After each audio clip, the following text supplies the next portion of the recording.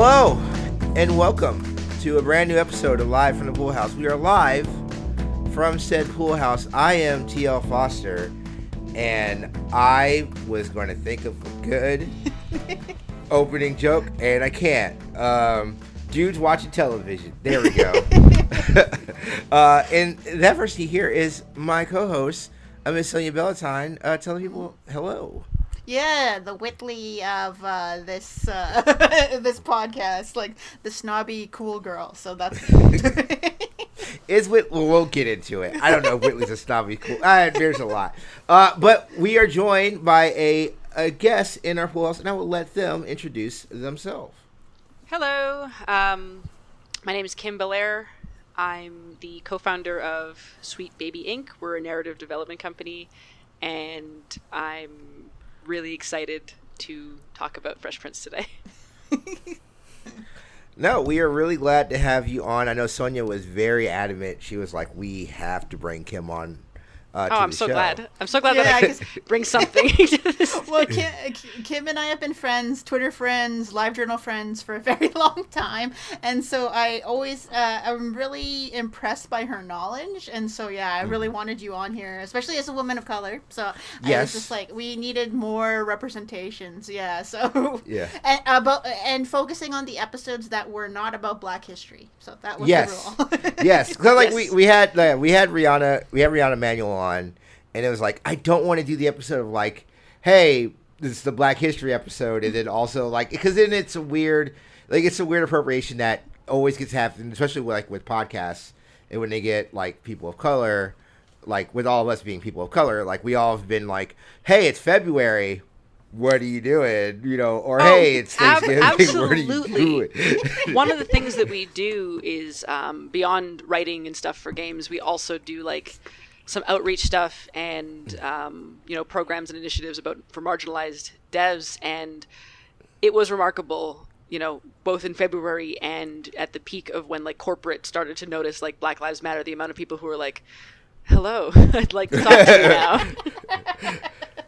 It's always the way. Yeah. Damn it. It's like, ugh. Yeah. And to a degree you're like, okay, I'll take it, but I'm gonna have to use this, like I'm aware it's a window. Right. Right. And it will close, so I just have to hurry. Right. Yeah, it's like if you're not going to fill that space, somebody else is going to. Right. Well, and that's the thing is like when all this stuff has happened, and it was like I was getting like these opportunities. It's like, man, it sucks. Like this is how I get the opportunity.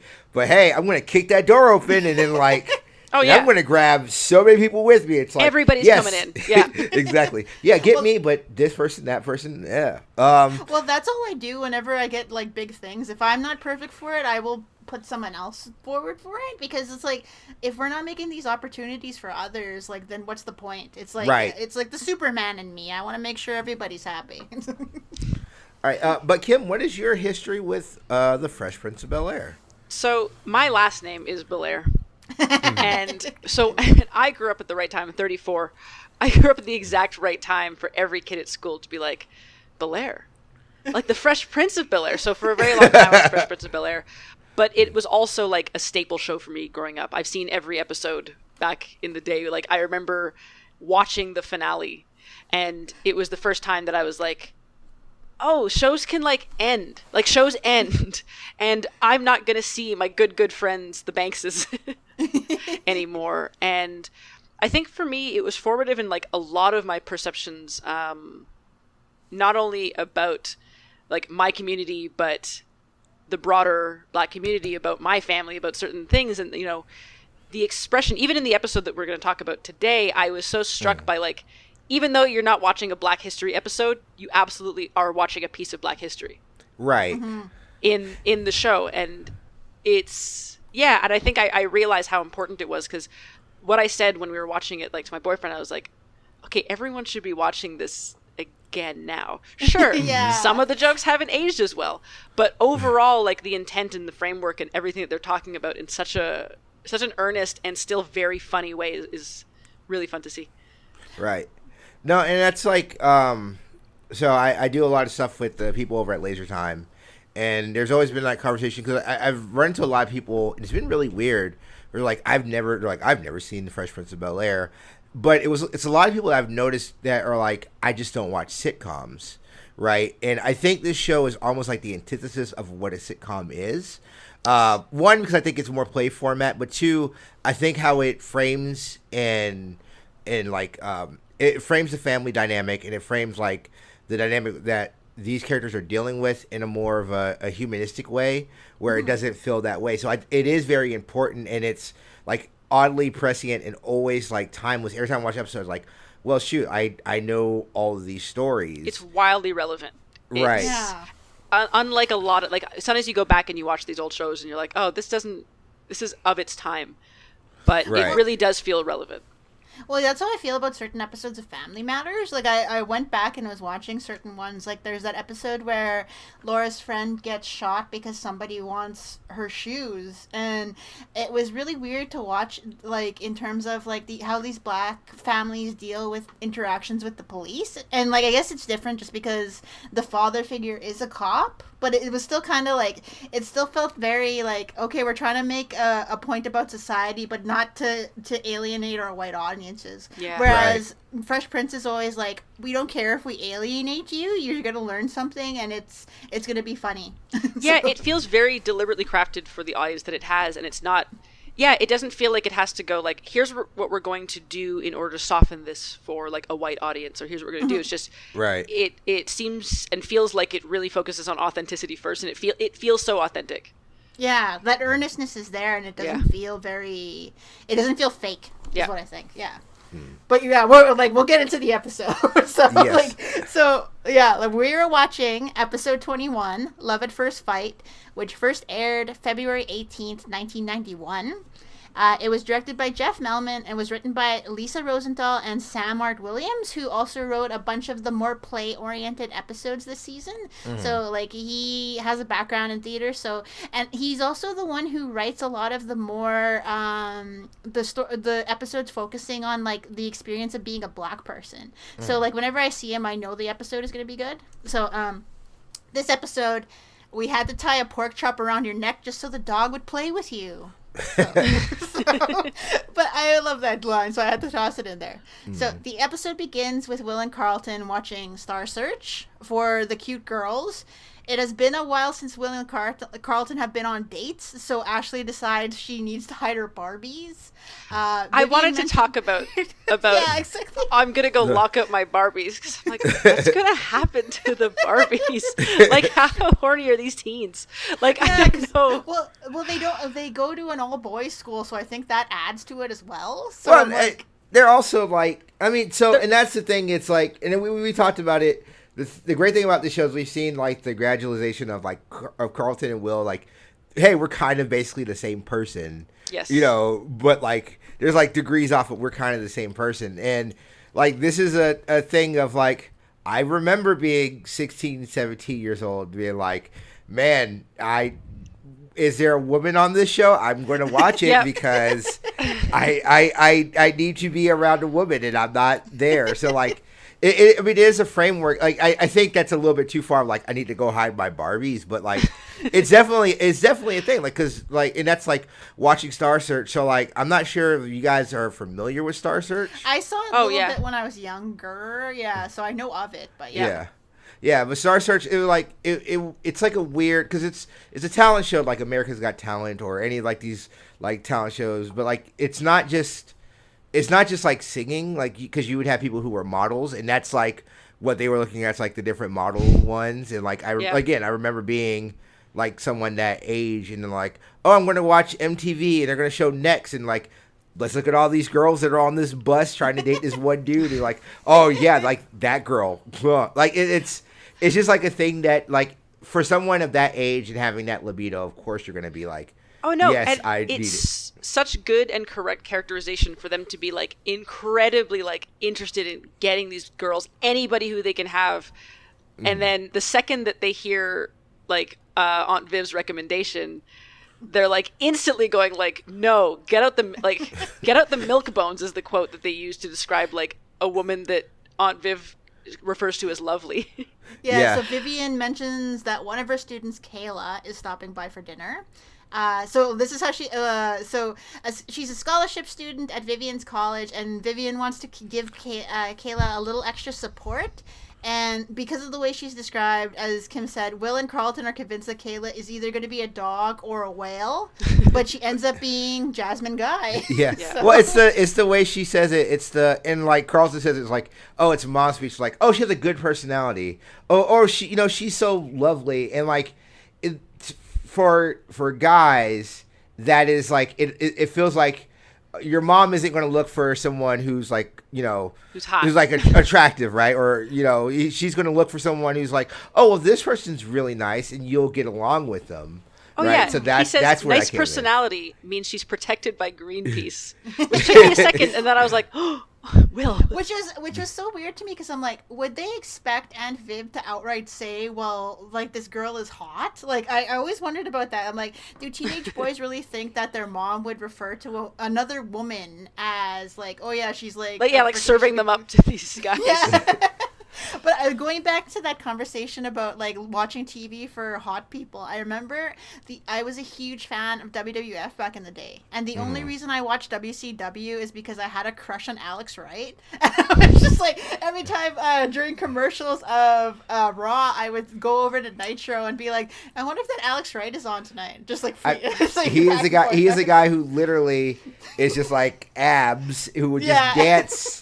It like cute, may have had a stuffed trucks. Like I don't know. There's a lot going on there. So like, but I mean I can understand like. So that it's funny you brought up wrestling. I remember being younger and I'd watch like WWF, and my uncles like they were like I was like, oh yeah, I'm gonna watch wrestling, and my uncles are like 20, 30 years older than I am. Like, oh yeah, we're gonna watch it with you when Sable comes out, and I was just like. I was just like, whatever. Like, Sable's whatever. But I was like, really? Sable? She's not like a great wrestler. And my uncle was like, well, it's not the wrestling that she has to do. And it's like, and it's like me being a kid, like, okay, I guess. Like, so I can definitely understand that. Like, I think, like I said, I've watched a lot of Next, and I've watched probably a lot of like, I guess you'd call them like, well, no, I watched a lot of Buffy because I was just like, that person is like really attractive and I have to watch the show. Well, it's kind of funny though because like for the longest time I wasn't into wrestling until like my sister got back into it around 2010 2011 and she was watching it because she loves John Cena, and I ended up coming back to wrestling because I had a big crush on Wade Barrett, who a shout out is my friend on Twitter and I talk to him a lot. So this is like, I don't know, big so news. I didn't know. Like, I'm becoming one of those, like, gals who's like, oh, not that I'd ever hit on him or anything, because he's a lovely guy, but I'm still like, yeah, I'm friends with that dude now. So it's like, hey, and he's back in Orlando now. Yeah, back working like, at NXT. Yay, I get to see him on TV. So, but anyway, back to Jasmine Guy, who I also have a crush on. So Jasmine Guy, real quick, just for the people who don't know. She was born in Boston, Massachusetts, to an African-American father and Portuguese-American mother. She was raised in an affluent, historic Collier Heights neighborhood of Atlanta, Georgia, where she attended what was then called the Northside Performing Arts High School. Her mother, the former J. Rudolph, was a former high school teacher, and her father, the Reverend William Guy, was a pastor at the historic Friendship Baptist Church of Atlanta, which served as an early home to Spelman College. Mm-hmm. He was also a college instructor in philosophy and religion, and at the age of 17, Jasmine moved to New York City to study dance. So you may know her from her role as Whitley on A Different World. I hope I pronounced it that. Like, I only watched the episode about... Yes, you pronounced both Whitley and A Different World. That was also a show that I watched when I was a kid. Yes. But she also... I just found out, like, as we watched this episode, that she played Sawyer in Cats Don't Dance. I was sad to see she didn't do the... oh, crap, my power went out. Sorry, oh, no. Okay, sorry, it's still recording. Okay, good. Okay, the power went out briefly, so... Is it still recording? Sure. It's still recording. Okay. Making sure it's still going. All right. So I love Cats Don't Dance, but I was sad to see that she didn't. She wasn't the one who did the singing voice. That was Natalie Cole. Oh, that's a great. Oh yeah, that's an honor. Yeah, exactly. Yeah. But I've only seen a few episodes of A Different World, but what I see, I really like her. I really like Jasmine Guy because she has this. She reminds me of Blanche from Golden Girls in a lot of ways. Like, she's cool, but she's deep, if that makes sense. No, absolutely. Yeah, I would say because one of our incentives for our Patreon is like we want to get enough where we do a different world. I really would love to do a different world, only because I think you would love Whitley a lot more, Sonya, especially like with her parallels to someone like Hillary, because like you could kind of see like they're like kind of the same character, but Whitley is just such a strong character, and I think. So, like, my biggest controversy with A Different World is, like, I think when Lisa Bonet leaves, I think the show gets a lot better because they get away from trying to make it a Cosby Show spinoff and make it its own show. And Jasmine Guy and Kadeem Harrison, who plays Dwayne Wayne, they just have such great chemistry and are such strong, great characters. And it allows Jasmine Guy to like have such a great range. So I've just been through the moon. I've been watching A Different World since I was like 2 years old. It was my mom's favorite television show when I was growing up because like they were around her same age. But I've been like a hugest Jasmine Guy fan, and like seeing her on this episode, like when we were going through and we were talking about like all like the crazy strong guest stars, and like to have Whitley as a guest star, on this show, it's like one is out of nowhere, and two, it's like, well, you couldn't ask for anyone like as strong to come in, especially to be Will's romantic partner, and like the first big Will romantic partner we have in this series. Mm-hmm. Which I'm kind of sad about too, because she's only in one episode, so I'm just like, but she was so perfect, and we'll get to it. But, I fully agree. She's so cool. But anyway, so Kayla is originally from Harlem, and Will sees an opportunity to get to know her better, as they're both from the hood. So despite her being in the first year of university, making her roughly 18 or so, Will thinks he has a chance with her because of his hoodage. So as everybody is in the same grade in the hood, he says. So like 19, 21, 31, everybody's in the same school class. So, but Kayla very quickly makes it obvious what she thinks of Will. The dinner discussion about their favorite Shakespearean play is quite bitchy. I really love it. So I just wanted to mention one part of the first. Because in the opening of the episode, Aunt Viv kind of talks about the fact that she speaks French, and that that's something that Will instantly dismisses until he sees her. And the gag at the end of it is that having dismissed the French, he goes over to her and he says, "Voulez-vous coucher avec moi?" Now, the thing that I like about this is that that's where we cut to credits. Yeah. And it reminds me of the scene in The Dark Knight where the Joker's at the party, and then it cuts away after Batman leaves, and you're like, what happened after that? Because at that point, all we did, we kind of get like a visual reaction, and I get that, in writing, it's the hook of the episode. We're supposed to just kind of leave it there, and that's kind of give us a taste of what is to come. But I'd just like to know how the rest of that moment played out in canon, because it's such a wild thing to say to somebody as a word of greeting, and then the next scene you're like, I guess they worked it out. Go ahead. Oh, Oh, sorry. I was gonna say, like, and then like if you know French, and then like that character would have been old enough, like that's him trying to use that Lady Marmalade song. Oh yeah, absolutely. To slide it, but it's corny, like, because like she'd be like, oh, this dude is like corny as hell, and then he keeps on doing like all the different like pickup lines. She's just like, oh, this dude is just like the worst, which is why she gets that pushback. How she reacts later to how he is, I think she probably took it as like the automatic way that she knew that he wasn't worth her time. Yeah. Or so that's the way I saw it, like watching it again, just because absolutely.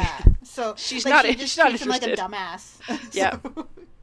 But it was really funny, the scene with the Shakespeare at dinner, because I love Phil mentioning that he loves King Lear, which is about a strong father destroyed by his children. Just the way he says it is so funny. Yeah. Like, it was so adorable. And I love that Jeffries is Romeo and Juliet, which is about the intellectual superiority of the servant class over the people they serve.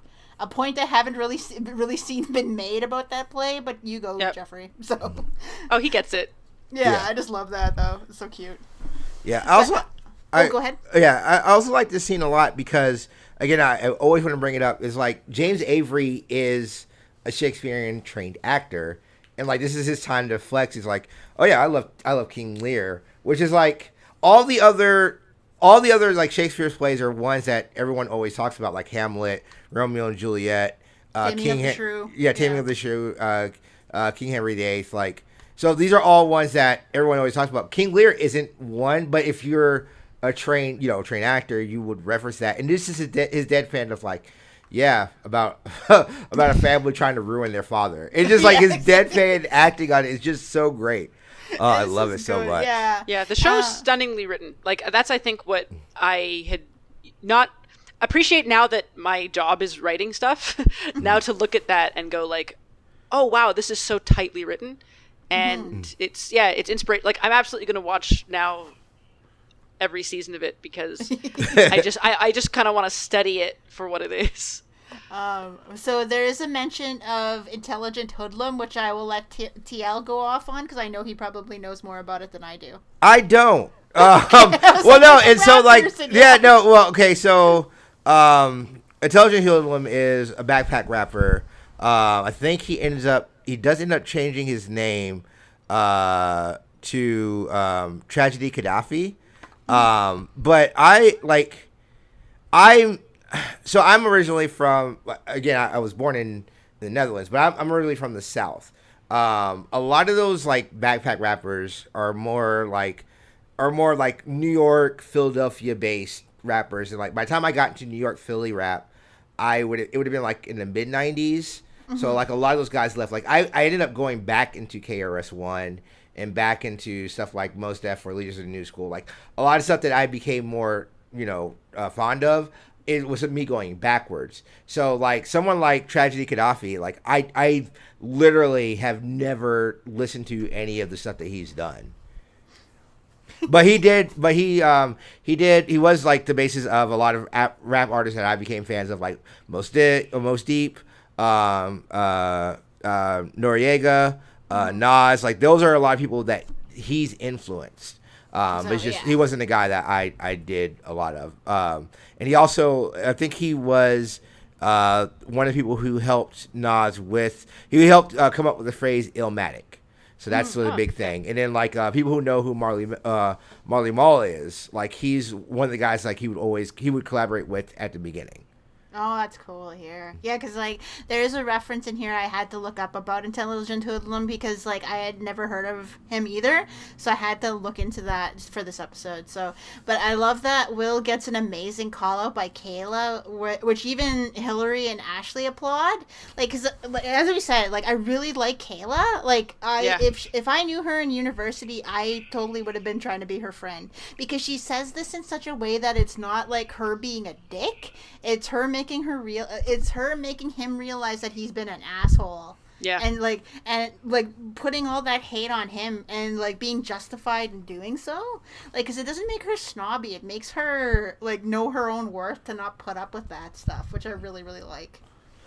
Well, I mean, you guys would know better than I would. Like, you guys have definitely have been around like dudes who think they're wittier than they are. Oh, always. And just like constantly. are super Most tryhardies. Yeah. Right.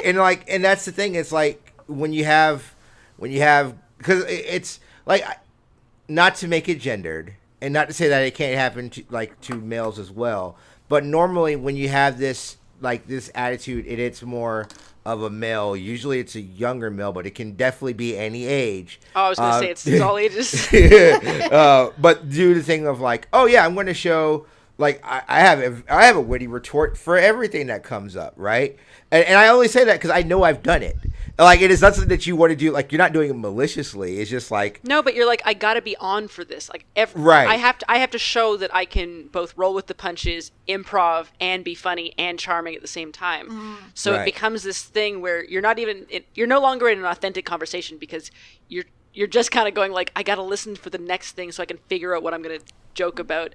And we've all been there. Like, I've been there on the other side of it as well, where you're going like, man, I really want this person to like me, whether that's romantically, socially, professionally, or whatever it is. And you're kind of like, okay, I'm going to hyper focus on my ability right now to show them how funny I can be. Right. Well, and it is like something you have to do because like the one thing that it was obvious that a dude wrote it because like the way Kayla acts, like I know it's like it's in a safe setting and stuff, but like if I were to say something like that to a dude, there would be that worry about like, okay, if I say this outright, what is he gonna do? And so, like, if this was like in public at like a reading or something, it's like there was that kind of fear in me a little bit about like girl, like you can't say that outright. Like like I love when people get slammed on, but it's the only time you can slam on a dude is when there's a lot of witnesses. If that makes sense. Oh like, yeah, I think that's also what's like. When it's in the household, like when it's in this household, there is that sense of safe space, right? You get that sense that like, okay, barbs are not only accepted, but like they are how you communicate with each other. Like, like the savagery with which Will goes after Carlton by saying that he has more in common with Kayla because they're both attractive human beings of normal height is like absolutely the most brutal thing Carlton's going to hear all week. But for him, it's like, no.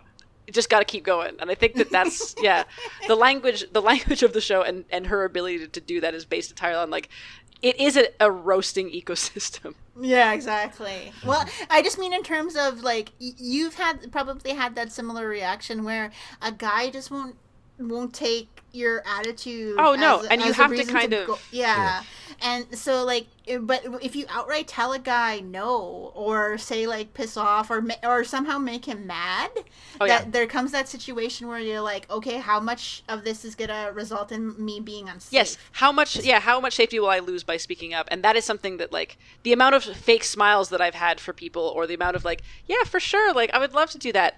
Or, you know, giving out the fake number or doing whatever it is. And, like, it is, there absolutely is that realness there.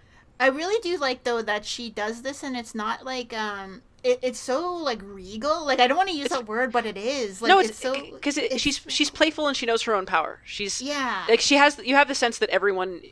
In fact, I would say everyone in the family, and in different ways, you know, has so much of their own power and their own ability to like feel completely confident in what they're saying. And I think what I like about it also is that confidence is both part of like the show's writing, but it's also part of the characters themselves. Like it's not just sassy dialogue. Like a lot of the time you get shows where every character is snarky, but you don't feel that it's earned. You feel that it's just like, oh, the writers wanted to make a joke here, so they have this, you know, precocious kid or this other character be also snide and funny. But you get the sense, for whatever reason, from this cast that, like, no, they're authentically like this. They are funny people. These roasts are being taken as they are meant to be, and everyone feels confident. And you can deliver it in that regal way because she's so calm in her own, and she's so self-possessed. Well, and I like the part where she's like, I don't mean to be rude, and then Uncle Phil chimes in with like, no, please do. Like, so. It kind of just speaks to the tone of the house. So it's really cute. But like, Will is obviously infatuated with Kayla, but doing that high school boy thing where he pretends to hate her for a minute, which I always hate that, but like, it's an obvious way of men reacting in certain ways. Like, and so he's making excuses to stick around when he knows she's coming over. Yeah, it's great. And so they end up having this really amazing roast battle with Kayla winning with the final, "You're so ugly. That is not a fade on your head. That's your hair running away from your face." So I just like the way she delivered it just like kills me every single time I watch it. Just like it takes you on a journey. Yeah, I'm just like, because you're like, oh, where's this going? Oh. It's just like I'm not sure if it was just ad lib between those two, but it was just like great, just dozens going back to back. Like the one I heard, like I listened to this, and I've had my fair share of like doing the dozens, and we've like done stuff where it's just like, man, this is like me. But the one like, your mama's so fat, they had to she couldn't tell a picture of her feet because she couldn't identify the photo. Like I was like, yo, man, like that's a bridge too far. What? Yeah, like, in that moment I was like, you don't know his situation. Like you're walking in a dangerous area right now. Right. Exactly. Yeah. But they would kiss, but Will just ate a chili dog, which I really liked. I was great. like, what the hell was the point of that scene then? Well, that's the thing. Like throughout this episode, they don't kiss. Oh, right, yeah. And it's just like, when I was looking at it, I was like, huh. I wonder if it was just those two actors are just like, hey, it's something like we're not comfortable with. And like I said, this it's weird though because he kisses her on the neck later on, which always feels like a more intimate thing. It is. Yeah. It definitely is like, yeah, it's definitely a lot more. But like, I don't know. It's just like I said, it was always it was a very weird thing. Like I was watching it, I was like, yeah, they don't like actually kiss on the lips at all in any scene. Well, and it doesn't really it doesn't really take away from any of their chemistry, I find. Right. Like, because they are both people from the East Coast. Like, they both have, like, rough upbringings. And, like, they do find a lot of common ground, which I really, really like. But they don't need to have, like, their interactions are really sweet in the way they treat each other and stuff. Like, I'll get into it more when we get to that part of the episode. But, like, I really like when you see Kayla's dorm room and how similar it is to the glimpses we see of Will's bedroom in other episodes. Like, we see the posters of Nelson Mandela, Malcolm X, a really cool picture she has of a production of Othello, and an intelligent hoodlum poster, which Will mentioned earlier and Kayla actually likes. Which I thought was a really cool callback. Like, that was one of my favorite little bits of writing that you don't really notice, but I imagine it was in the script that, like, okay, Kayla's dorm room, she has these posters, including Intelligent Hoodlum. So I was like, that is cool. Like, I was like, I just had to pause, because I'm like, as a writer, that made me happy. Yeah.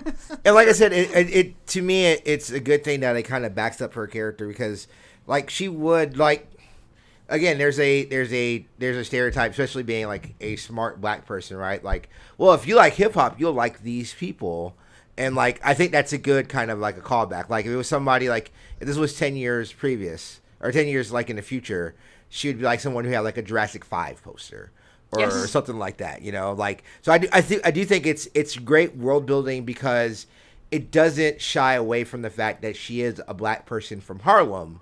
Like, because, like, these are things that someone who was a very smart black person from Harlem would, you know, decorate their room with.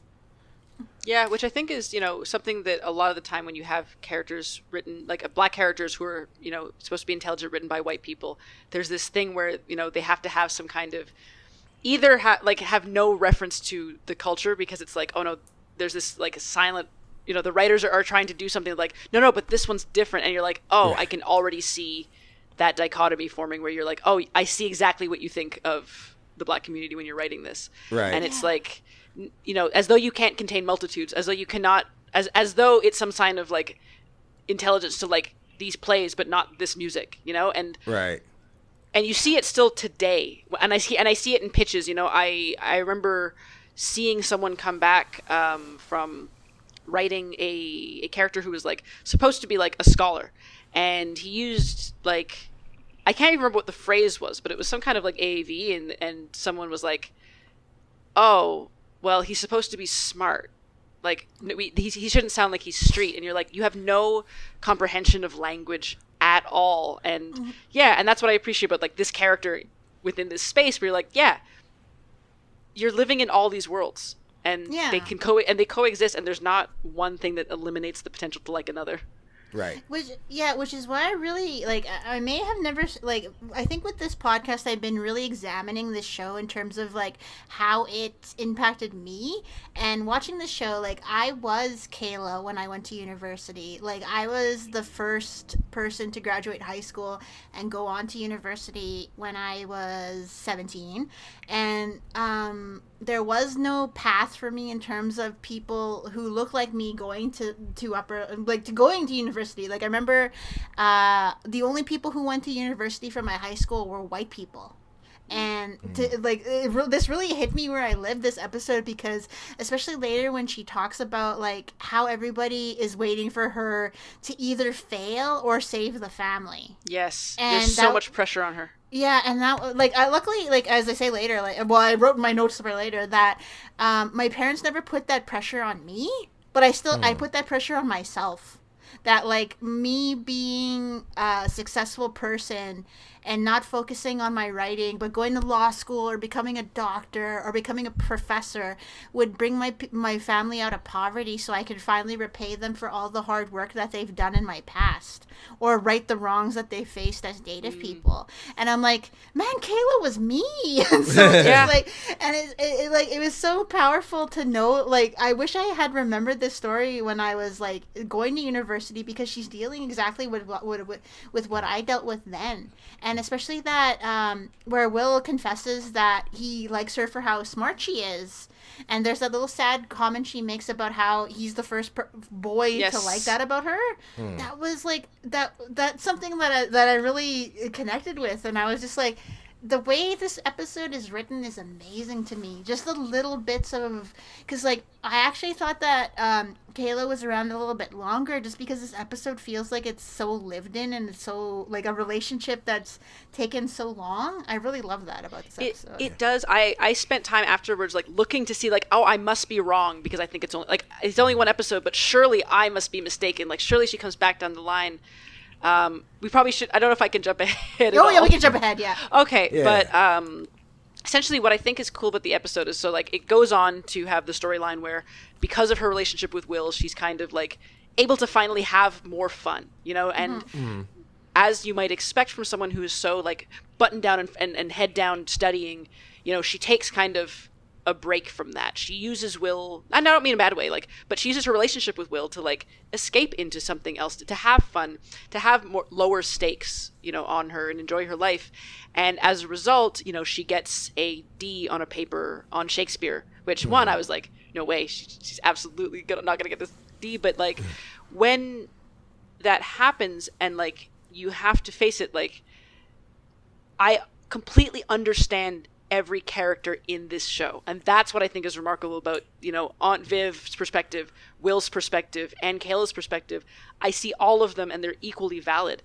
I don't, you know, she deserves to have fun. She deserves not to have to carry the weight of responsibility all day, every day, and only focus on her studies. Right. If she has a cool boyfriend who she's interested in, she should be able to, but, you know, as a result of you know, indulging in that too much and not having that balance, she ends up losing something in her studies. And I don't begrudge her, even when, you know, Will, who's trying to help at that point, like, I really appreciate it, because I didn't expect it when Aunt Viv kind of comes to him and says, hey, she needs to focus on her studies. I kind of expected Will's character to be more like, oh, well, I don't care about that, I'm going to do this. But he believes in her, and so he says, okay, I think you need to spend more time alone.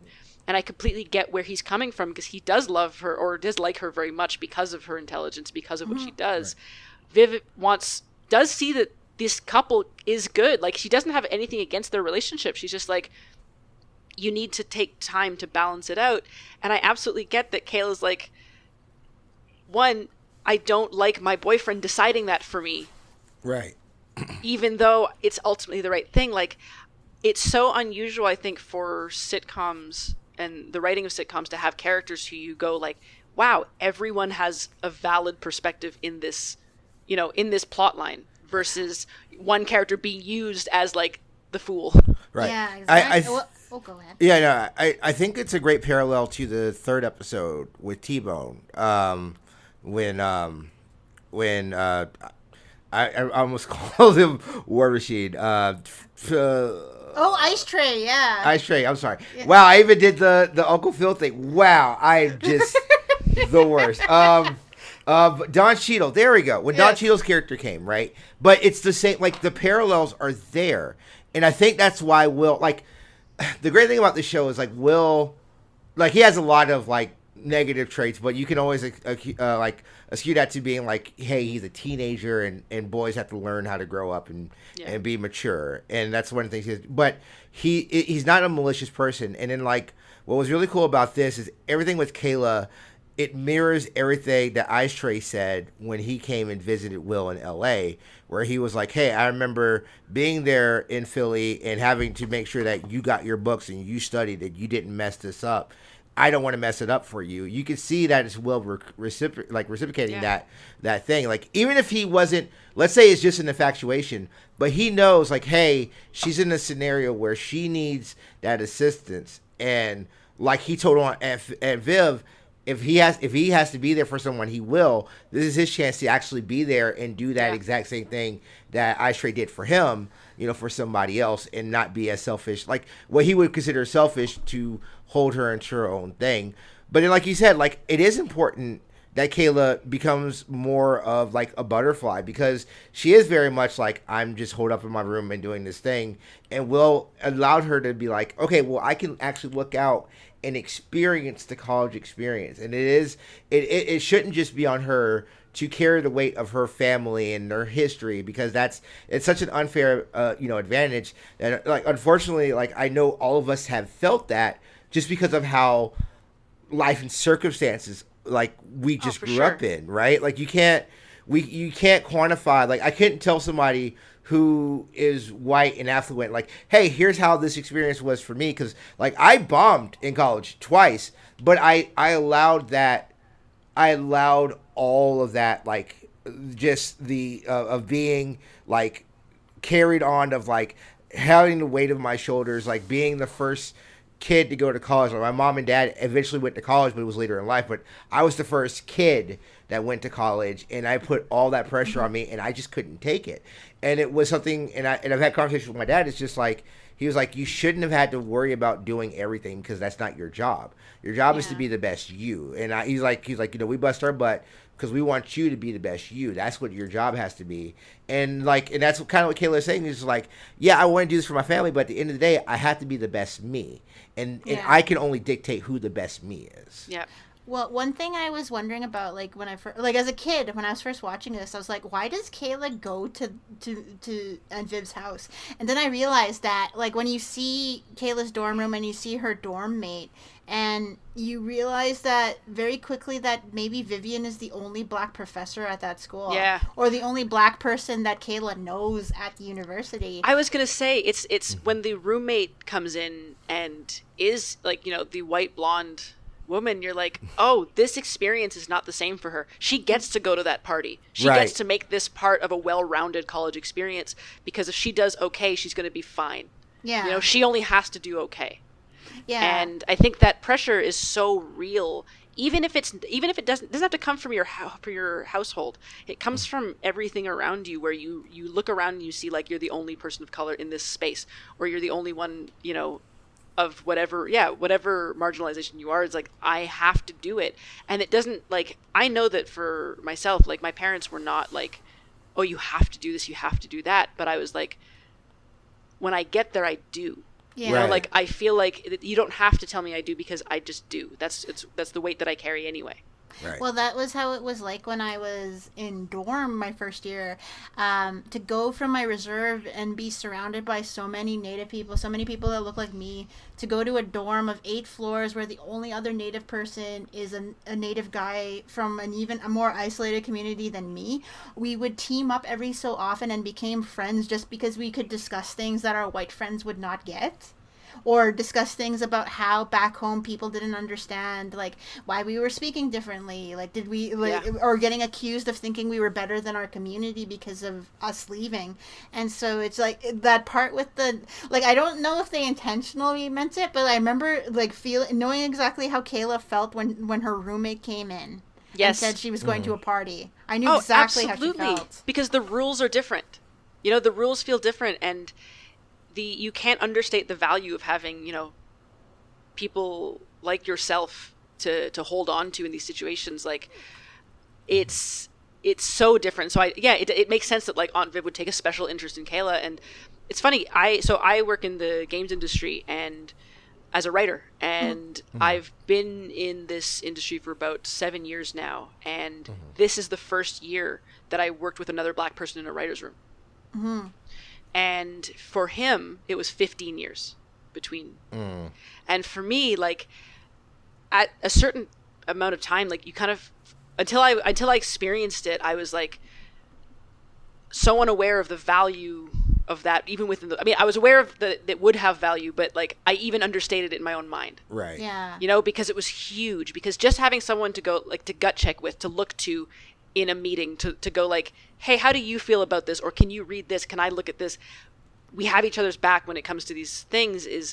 is so valuable. So it's funny because I had the exact same thought as you, Sonya, where I was like, oh, I bet Aunt Viv's her only black professor. Yeah. Well, and it's such a hard thing too, because luckily I surrounded myself with a lot of Native creatives and stuff. But I recently started dating another Indigenous person, and I did not realize how much I had been missing out in terms of, or how much I had to explain to a white partner. The shorthand that you get is so. Right.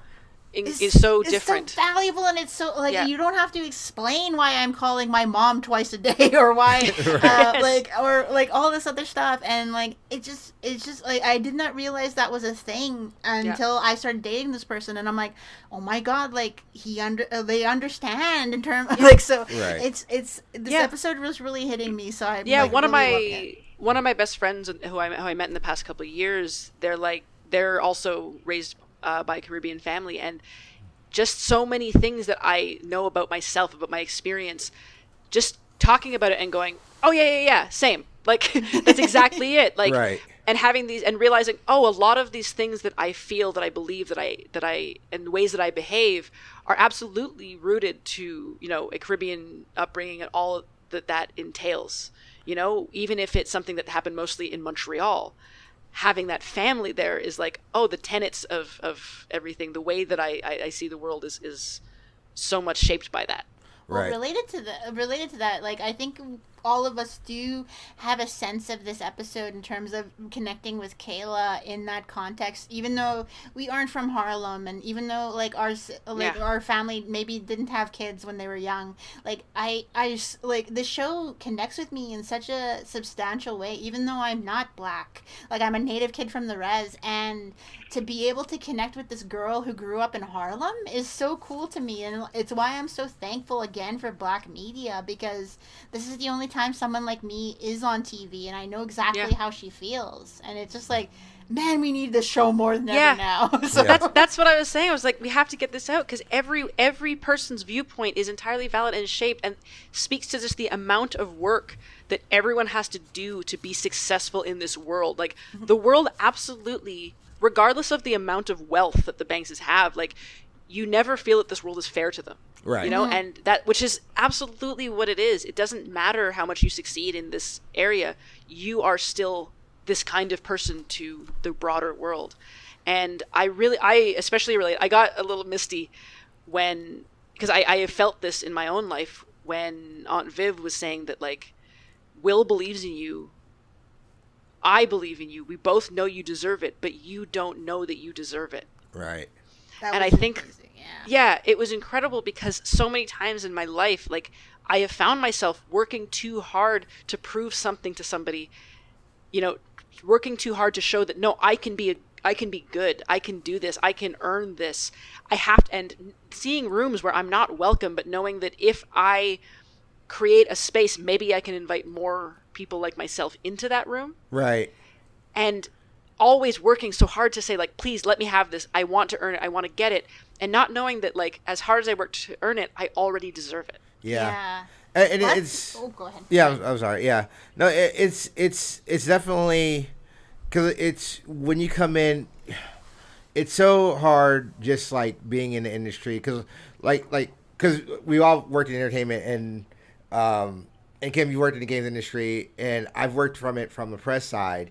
And I remember not being in press rooms. I honestly, I can tell you the first year I met another black press member in a writing room, and that was in 2014, having worked in 4 years, which is ridiculous, because we've always been there, right? And that's the thing, it's so much, because like you said, you don't know how do you push that, how do you put forward in that space, how do you to push that, and one of the things that I just, like you said, you at some point you have to stop, like you said, you have to realize you deserve more, because the people who look like you will see that you're doing it and you do more. And one of the things that was really this year, even before the COVID stuff happened, I think, and I don't think they'll mind me telling this. I was doing Video Game Apocalypse. They reached me hey, it's February. You want to come on? And I said, I'll do it, but you have to have a black creator every day, every show this month.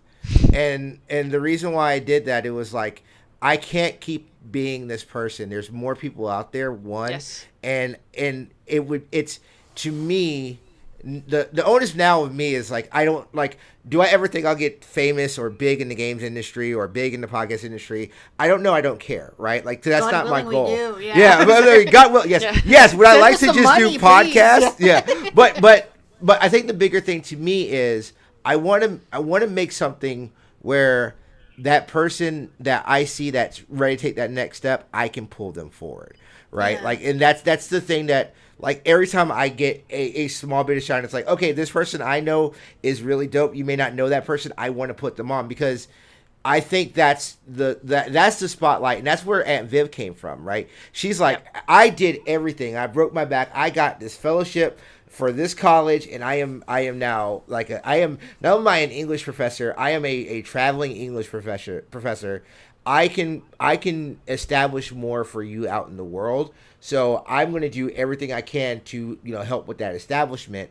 And I think that's kind of the mindset I have, especially now being older. It's like, yeah, if I get into this space, I'm taking people with me because there are so many people of color. There's so many people who are LGBTQIA who are not getting, or people who are disabled who are not getting like the spots that they should. And there's just so many talented people, and again, it's especially because of the worlds we live in, which is parallel to the show. Like, it's so insular and white. Like, so you feel that like, I want to get out there and I want to show more and I want to bring more and I have to bring you guys with me. Yeah, it's a hard thing because I don't know if it's the same with you as black folk, but like as a person of color, there's always this idea that you have to be smaller, you have to take up less space because you become a target the more space you have and the more visible you make yourself. And there was a long time when I first started filmmaking that I would be like, people would be complimenting me on how many films I made, and I'd be like, oh well, I just made 3. And then people would be like, Sonya, if a white guy did that, he'd be like, I made 3 films. He would be constantly talking about it because for him, that's a huge achievement. And for you, it's like, well, this is what I had to do. Right. Yeah. Like, this is what I did. And I do the same thing with myself. Like, I have my own company. I work on tons of things. And part of my company was founded on the principle of bringing more people into this industry, of diversifying the industry.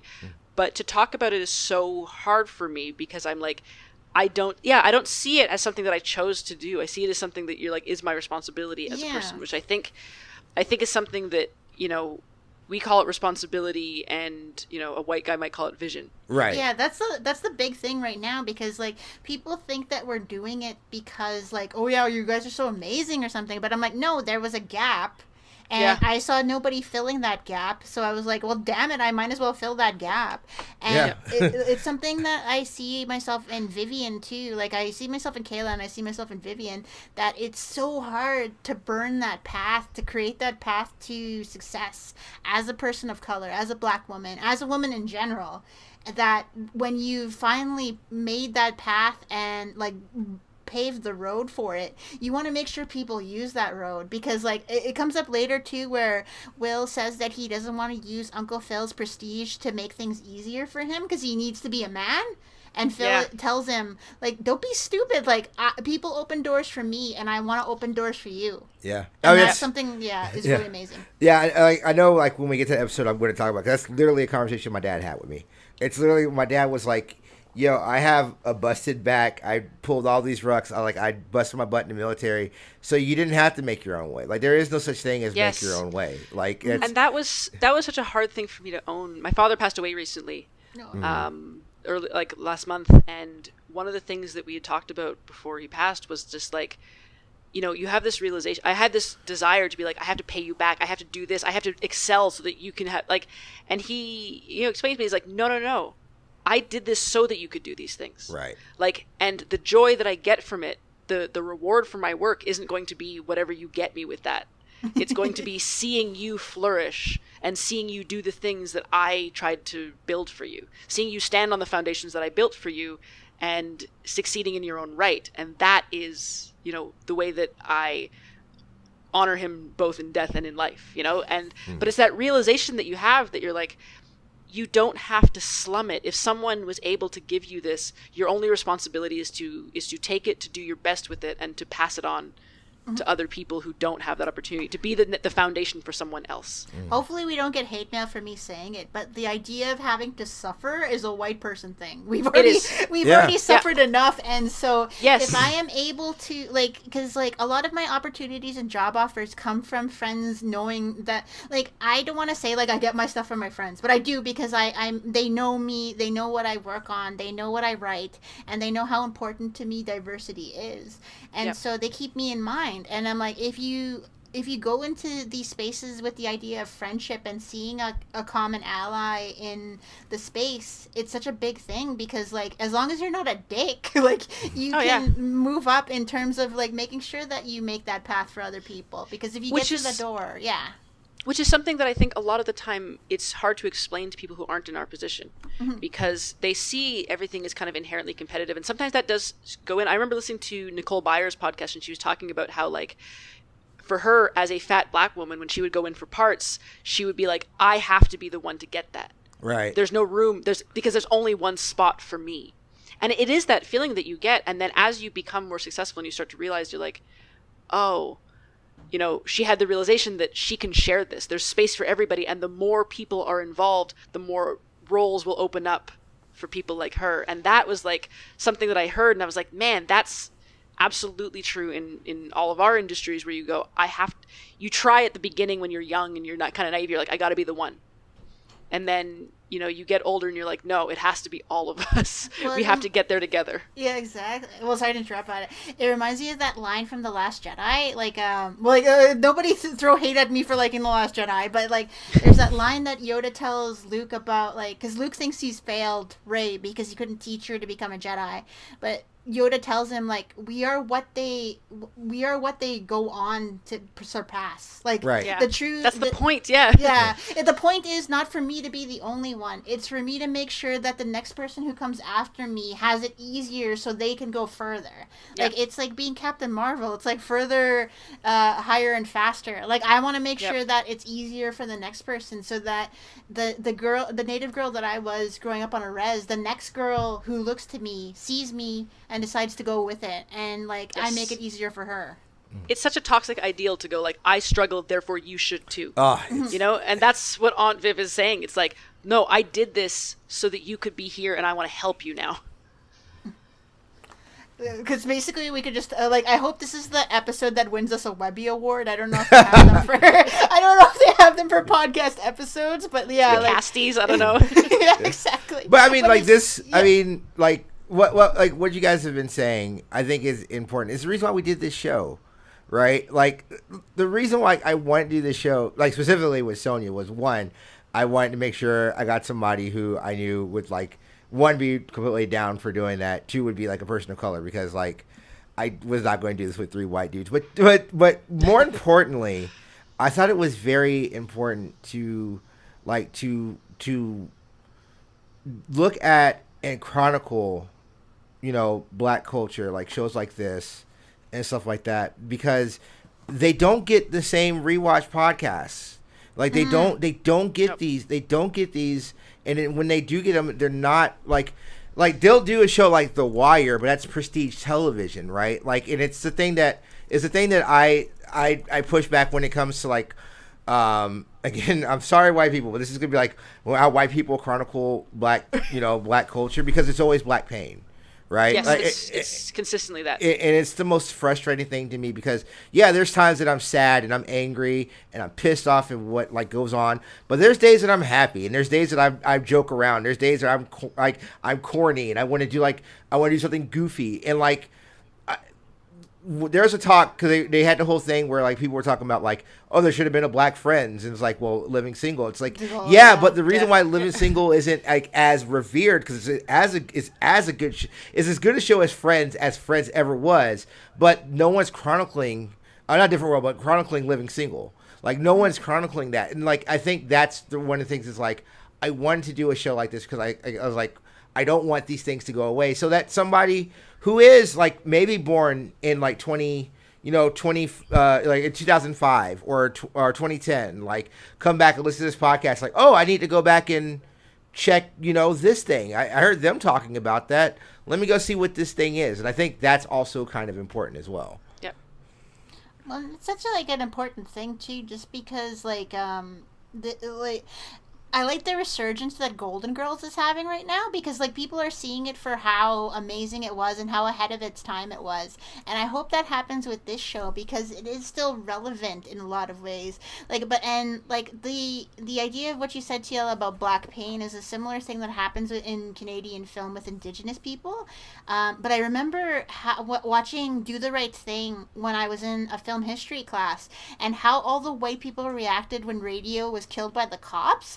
I was the only person who was like, oh yeah, that's what happens when you that's the situation of being a black person and the cops, because the cops are like, okay, this scary black guy is doing this, so we have to take him out. And all the white people were like, well, why did he do that? He wasn't doing anything. And I'm like, you guys are dumb. That's no, that innocence is wild. To not have to think about things, to not have to see this happen to people who look like people that you love or whatever it is. And I think, it's so strange sometimes. And I think about this a lot in games as immersive experiences, because we put people, through these things and say, okay, well, if you play a black character, maybe you'll encounter racism in this game, right? And they talk about, we're not going to pull any punches. You're really going to get this experience. And it's well, hold on, who is this for? Because what you're saying by creating this experience is that it's for people who don't experience it already. Mm-hmm. And so what you're saying is you're creating a simulation of racism for a black person, but you're creating a simulation of racism for a white person, and they're going to go oh, now I get it. But for a black person, you've just created a piece of media where they can't escape anymore. Yeah. They are no longer escaping anything. And it's the same way where you can play as a woman, but everyone's going to call you a bitch. And it's they say, well, it makes it more realistic. And it's who is this for? David Cage. Is this for the dominant group of men? Right. To go they call me a bitch all the time, because now I see what it's like to be a woman. Whereas I pick this up and I'm one, I already know that this is what a lot of men think of me or say about me. And two, it doesn't even ring true, because it's not written often by a woman. Yeah. So it ends up just being these hollow experiences that we create. And so you get a bunch of people who go they watch something like that and they go oh my God, how terrible. But they're not taking the actual message away. Right. That this is an ongoing and systemic issue. Right. Yeah, no, it's something that always pissed me off with The Handmaid's Tale. I like how people were oh yeah, the sterilization of women is terrible, and forcing women to have babies is horrible, and or how people were saying that COVID or the Black Lives Matter protests and COVID were just Handmaid's Tale, and I'm watch another TV show, because this is the lived experience for a lot of us.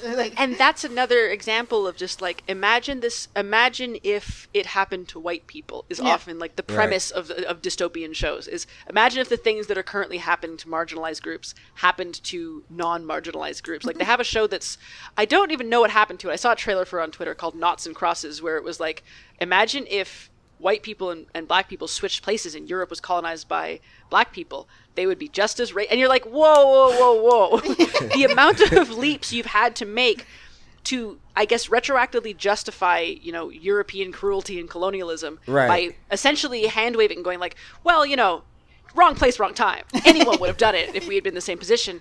And the assumption that, there's that cruelty is inherent to humanity and that colonialism is inherent to humanity just because white people have historically done it is such a terrible ideal to promote, to go anybody with that much power would have done the same thing. It removes so much cultural backing and so much the world of difference, the different ways that other cultures assemble their societies in kinder and softer ways. Which isn't to say white people are inherently cruel. I'm just saying that the history of capitalism, of colonialism, of all these things is not necessarily the way things were always going to go. Right. Yeah, exactly. Well, culturally too, I remember we spoke about it in the past. I'm not sure on this podcast or not, but the idea of the reason why equity and equality scare white people, or a lot of the bad white people, is because they think that the way they treat women, black people, people of color, the way they treat them is how we're going to treat them. when Right. we Yep. when we Yes. get power. And I'm like, that is not 100%. the case. And it's just like it's just so scary in terms of like you think like the cruelty you treat me with, you think that's how everybody is. Yes, you really think that that's just like the natural state. It's that discussion of Lord of the Flies where you're like, well, if you remove all these, you know, all the trappings of society, everyone will just become. And they're like, no, that's not how we grew a civilization. Right. And we're actively taking it apart by assuming that cruelty is the only way. Right. Exactly. Well, like I said, it's inbred cruelty that like you don't look at your history, like because you can look at the history of the world and you can see like there have been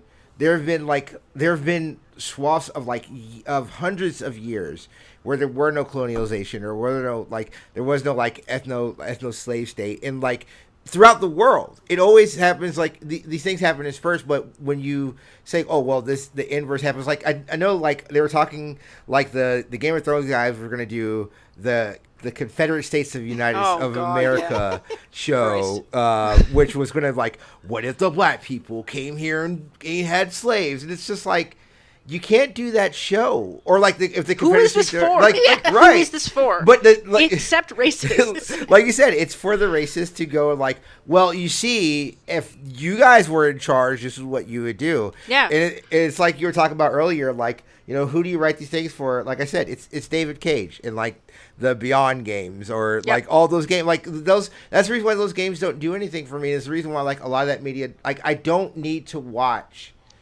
You don't need to have like Android and be like, imagine if racism happened to these, and you're like, no, racism's happening constantly. Yeah. That's why I hated Detroit Become Human, because I'm like, okay, so you can only understand racism when it's in the body of this cute white Twinkie guy. Like, you can only understand it when he is because the guy who plays I can't remember the name of the character, Connor, is a really cute guy in real life. I saw him at New York Comic Con. He's beautiful, but like the fact that people can't understand racism until it's in the guise of a blue-eyed blonde. Oh yeah, because because then you go like, oh, but if this happened, that would be terrible, and you're like, it is happening. It is terrible. Right. You should try to care about it now. Exactly. But yeah, and I mean, the other thing is to set that game in Detroit, which is like a historically black city. Yeah, I was just like, oh. To the 82%, I believe, at a certain point, and I'm like, okay, so that's what you're gonna do. Yeah. Like that's how you're gonna to treat this. It's all right. We're just going to frame it all as if the 1960s never happened. Yeah. It's all good. Don't worry about it. Androids, though, man, they can't catch a break. But I do like in this episode, like Vivian revealing her past. Like that was one of the parts that hit me, because like it goes back to that idea of like you don't know people's background. Like Kayla tells Aunt Viv like, you belong here and I don't. And Vivian like reveals something she didn't even reveal to her nephew, that she dropped out of school. She had to clean hotel rooms to become a professor. Like she had to clean hotel rooms to get a high school diploma, and then probably had to do the same thing to get her university degree. And she's a professor, which means she has a PhD. And so it's just all this with like how many kids? 3. And so, you understand fully the magnitude of the work that she had to do. Yeah, and with a husband who like was born in Yamacraw, North Carolina, and like they both had to work hard to get where they are. And it's just like, of course, Kayla, like even if Carlton, as an affluent black person, still has to deal with this stuff too. Like, even though he has the money, even though he has the influential father, and it was like you were saying earlier, Kim. Like, this is not something they can turn off. Like, even though it's inescapable. Yeah, they have the money, but that doesn't cover the fact that they're black. Right. Yep. And so, yeah, like, I know there's, like, funny bits of this episode, but, like, focusing on this stuff is why it is such an impactful episode, because it's such a lived experience in, like, 20 minutes. Like, it's wild how expedient it is. Yeah. And although it does end on a really good punchline, which is Will taking this moment to ask, how come she never cleaned my room? Like, upon learning she cleaned rooms. Yeah, it's very good to, like, add a little bit of levity, but yeah, it's such a nice moment at the end to kind of come to that and to see her for a moment, and it you don't get the sense that she's necessarily ashamed of it, but that she didn't want to have to say it. Right. You know what I mean? It's not a problem. It's more that, like, look, you don't get it. She doesn't want to have to make it about that. She wants to be able to be that person who can be a hero to this woman, but has to say, like, no, I'm relatable also. Like, I've been there and I understand you and I have the empathy, and I'm not just coming at you with, hey, work harder to be like me. Mm-hmm. You know, because I think that's the other thing, especially about Viv's whole character, actually, is that, you know, she can come in and she teaches a very strong lesson, but she always grounds it in so much empathy. She's not, like, by any means a stereotypical, like, sitcom mom who's like, oh, I have a problem with what you're doing. It's always like, look, I do have a problem with what you're doing, but I'm going to give you the respect of explaining why and explaining where I'm trying to come from. And she's been wrong, and she is wrong in some episodes, but there's always that sense of communication and explaining, like, we all come from different places. Here's me. Right. And it didn't have, like I said, this was Family Matters. There'd been, like, a sad song coming on. It's like, yes. Well, Kayla, I know you think you're doing right, but this is what you're right, Viv. Like, that would have been yeah, like, I guess I should. And then it would have been like, bye, Will. That's enough. Like, you're out. But even, you know, to kind of wrap up the episode, like, I understand that the character doesn't come back, but they do leave it on, you know, later, baby. Yeah. Yeah. You know, it doesn't have to end, like, again, I know because it's a sitcom, it ends the relationship, and so she's a guest star, but in the universe of the show, you don't get a sense that, like, this supportive relationship has to be destroyed in order to make room for it. Right. You do get a sense that, like, I need to take a minute right now to step back and do this, but I'll see you later. Right. And it's beautiful in that way. Well, and I like it too because in a lot of sitcoms, relationships don't add anything to the characters. In this situation, like, Will matures in the span of 20 minutes to go from, like, this boneheaded, horny kid to this person who, if not loves, understands this girl enough to know that, like, if he loves her, he'll do what's best for her. And he does. Yeah. And it's like, it's such a maturity, and I love that, like, because he really does care about this girl, and you can see that in the way he treats her and the way he respects her for being smart. And, like, yeah, she's beautiful, but she's also, like, really intelligent and really strong and dealing with all this stuff. And, like, I think you can see, like, he can see himself in her, but that they get on because of their shared background. But it's like, no, he loves her for who she is. And that, like, is so amazing to me because, like, how often do black sitcoms focus on the idea of this girl being beautiful because she's smart, or this girl being more beautiful because she's so intelligent and strong? Well, I think that's what's so cool is that you get the sense that, and this is rare in all sitcoms, is that they like each other. Yes. And that these two people care about and have empathy for each other and actually want the other to succeed. And even at the end when, like, he kind of, you know, jokingly goes for that kiss and she pushes him out of the room, she's not angry. She's laughing with him. She's like, this is ridiculous, and I like you, and I'll see you later. And it's like, it's such a real and kind moment. It's just really, this episode's great. Yeah, exactly. Well, and I wanted to give a special shout out to Kayla's clothing choices this episode. Like, particularly that orange, like, tribal Aztec design backpack she had, like, or that cool hat she was wearing during the roast battle, or, like, that cool top she's wearing in the last scene. Like, all the fashions are incredible. Yeah, she's dressed so amazingly. I just love her style. Like, it was so cool. I still want that backpack though. Like, I want everything that Will has worn in the episode as well. Like we say it every episode, everything Will has worn this season has just been tremendous. Like, that's the only word for it. It's just been all good. And it doesn't, like, even in the first episode when he's wearing that lime green stuff, that is still pretty cool. Like, I still really like it. And it's just like, it's amazing. I think I told somebody, because they were circulating photos from, like, Jordan from The Last Dance, and, like, some people from the bubble were, like, wearing his fit. I'm like, I'm gonna break out one of those fits for, like, PAX. Like, the next PAX I go to, I'm like, one of those Will fits. I'm coming to PAX with one of those Will fits. I'm just gonna be like, yo, this is it. It's just, it's hot. Yeah, you and me both. I'll see you there.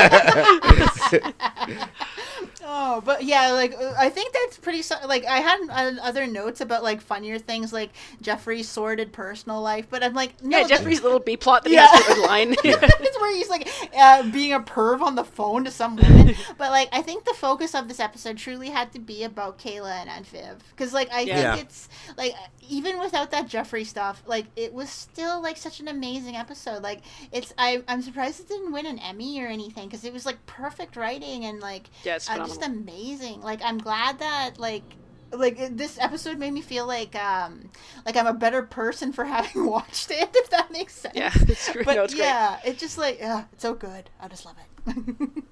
All right. But any final thoughts in regards to what we just watched? I guess. Yeah. No, like I said, I think it's a really strong episode. Again, I love watching Jasmine Guy on stuff, so absolutely, I was 100% here for it. And like I said, it's just I keep. To me, it will never not be fascinating. Like, this is Will's first acting gig ever, and he just has such natural charisma. And I don't know how you coach that. And so this year, like I said, I've been working on projects.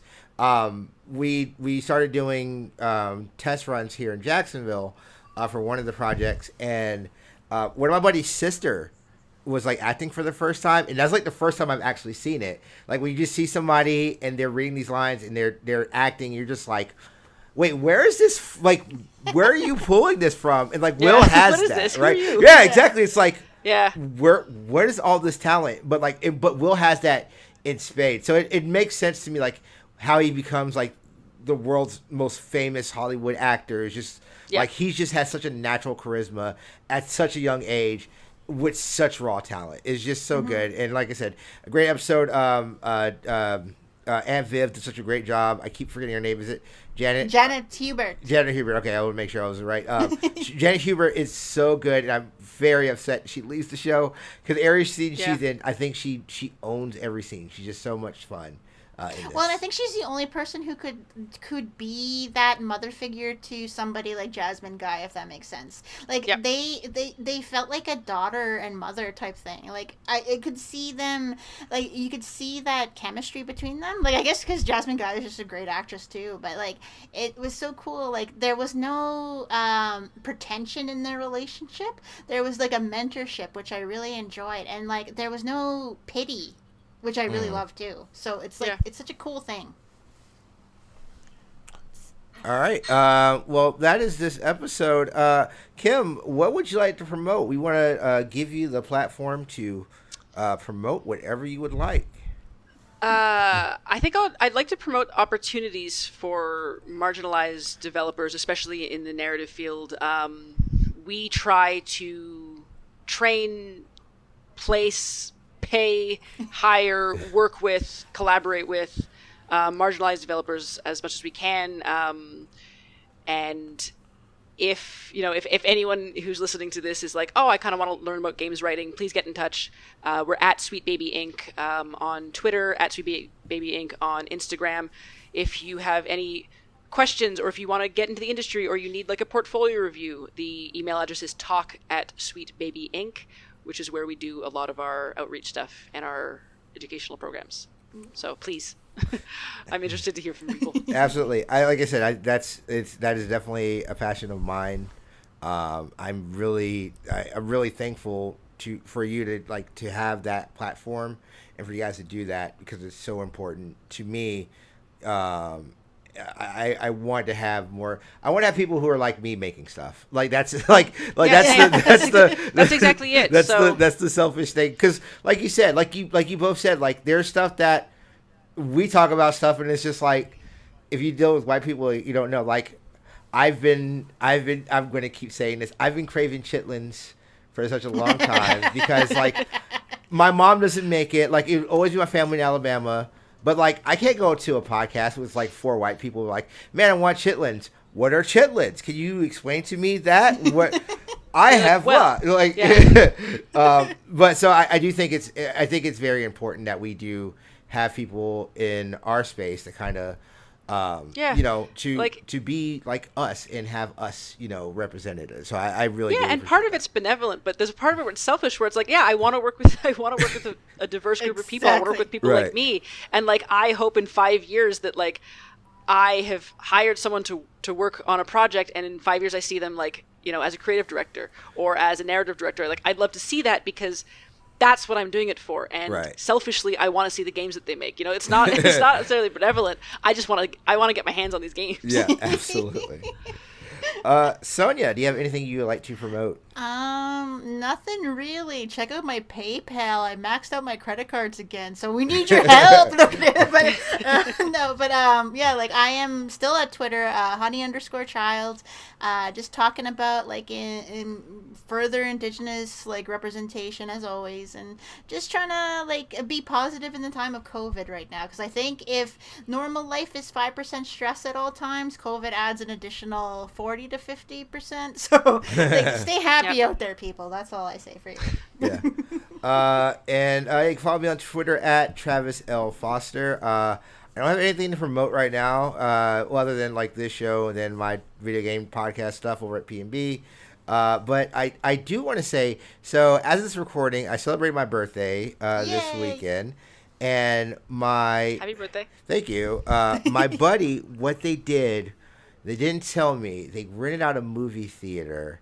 There's a local movie theater that I love called the Sunray, and one day I will show a film in the Sunray, and then I will really cry and break down. But they rented my favorite movie, which is The Last Dragon, to show in the movie theater, and then I got a Blu-ray of The Last Dragon. But what was great was it was me and 3 white people who have never seen The Last Dragon. So I have the joy of watching a film I love, and then also watching 3 white people. Well, one's seen it a number of times, and he's a fan of it as well. But the other 2, like wait a minute, what's going on?